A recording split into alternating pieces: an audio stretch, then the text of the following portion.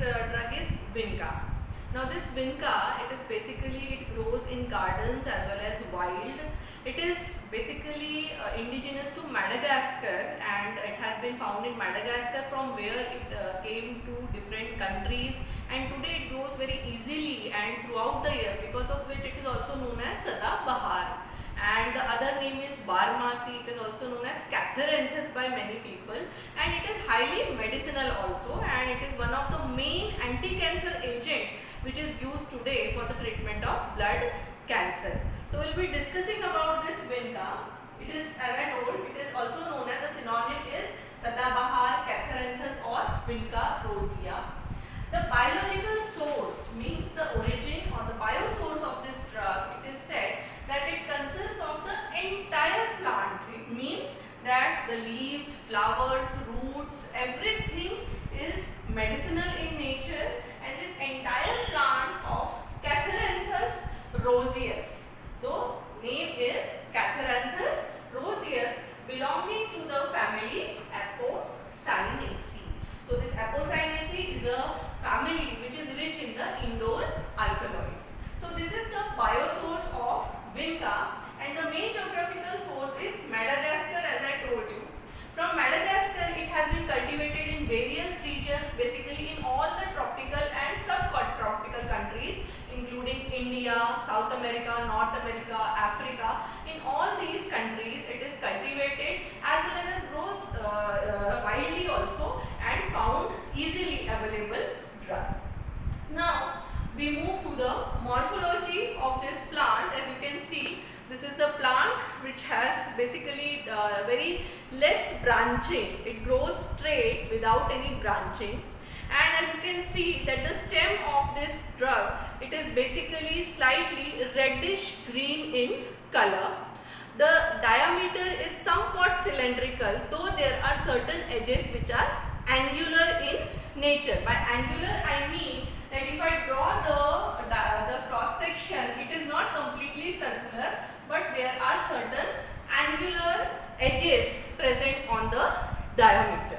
If you look at the leaves of this plant, the leaf is basically oblong to ovate in shape. ये जो आप structure देख रहे हैं, ये थोड़ा सा लंबा है, जिसकी वजह से इसका नाम यू कैन से इट इज ऑब्लॉन्ग. ठीक है. और कई बार कुछ स्पीशीज में स्पेसिफिकली, जैसे आप ये लीफ देखिए, तो ये एक ऑब ओवेट स्ट्रक्चर है, मतलब नीचे की ओर ये थोड़ा सा ब्रॉड है, while as it goes upwards it has narrowing. So this is a obovate to oblong structure of the leaf you will find. इसका सरफेस आप देखिए बिल्कुल स्मूथ है, and in fact it is very glossy in nature. Glossy इसलिए है क्योंकि इसके skin पे बहुत ज़्यादा क्यूटिन डिपोजिशन होता है. इसमें स्किन पे आप ट्राइकोम्स बहुत इजीली विजिबल नहीं है, so you can say that the surface is glabrous in nature. We call it glabrous without trichomes. And the venation, the veins which are there is simple reticulate venation, जो किसी भी dicot plant में present होता है. The arrangement is opposite. आप देख सकते हैं एक ही node पे you have the presence of two leaves, so इसे हम कहते हैं opposite phyllotaxy. ठीक है. And then we look at the flower. So as you can see, they are very tiny, minute flowers, very you can say attractive colors. Pink color क्या होते हैं, ये white भी होते हैं, कई बार purple भी होते हैं. And there are 5 petals which are present in this flower. And when this flower they are basically pollinated, then it gives seeds which are also oblong in shape. So this is about the morphology of the plant vinca. Now we move to the main chemical constituents. So as we discussed in the last class that we have streptocidin, and streptocidin is the precursor for vincristine and vinblastine, which is the main alkaloid present in this plant. I am telling you that the cultivation of this vinca rosea is done at a large scale, because the amount of vincristine and vinblastine isolated from this particular plant is very less, but because they are very effective, generally the cultivation is done on a large scale.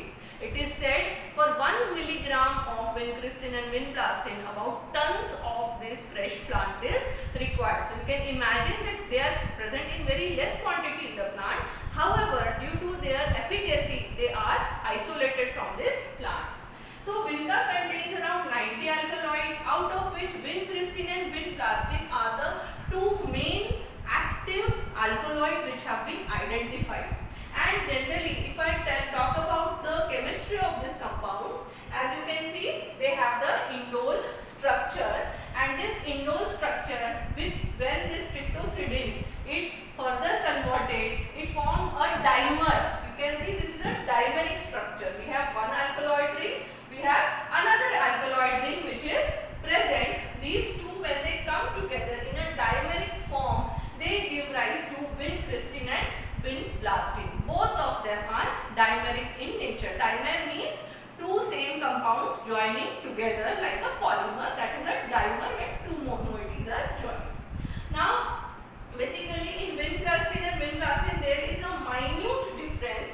Here, as you can see, in vinblastine we have a methyl group which is present. This methyl group is replaced by a aldehyde group in case of the vincristine.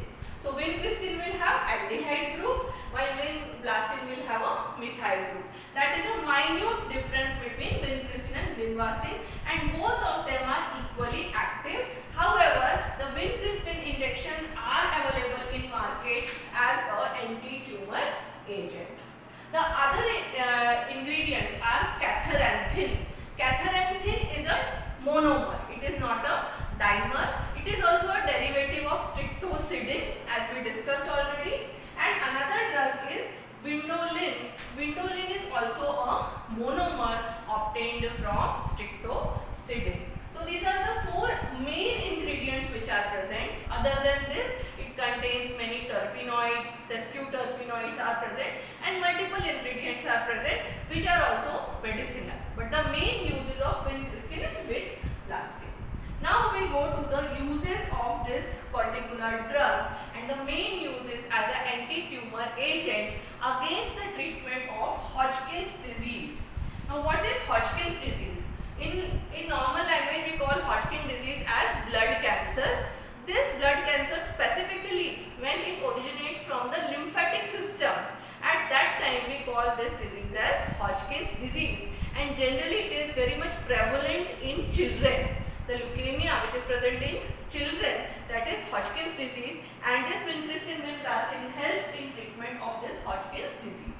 The mechanism for this is basically it generally interferes at the metaphase stage of the mitosis in the tumor cells. I'll just explain in brief. When the mitosis takes place in the metaphase, what happens is that we have the formation of the spindle fiber, and we have the chromatids which lay down like this for the separation, and once this spindle is formed, it separates the chromatids from the center. Now what does vincristine do? It basically interferes with the formation of this spindle. The microtubule which is present in the spindle fiber, it affects this, because of which the spindle formation doesn't take place, and the metaphase stage of the mitosis is affected, because of which the mitosis is not complete and the tumor cells cannot divide further. So this is how it affects the you can say growth of the tumor cells in the blood cancer patient. So this is the mechanism of action of vincristine and vinblastine. So basically we discussed the origin of vinca, what is the chemical composition of vinca, and the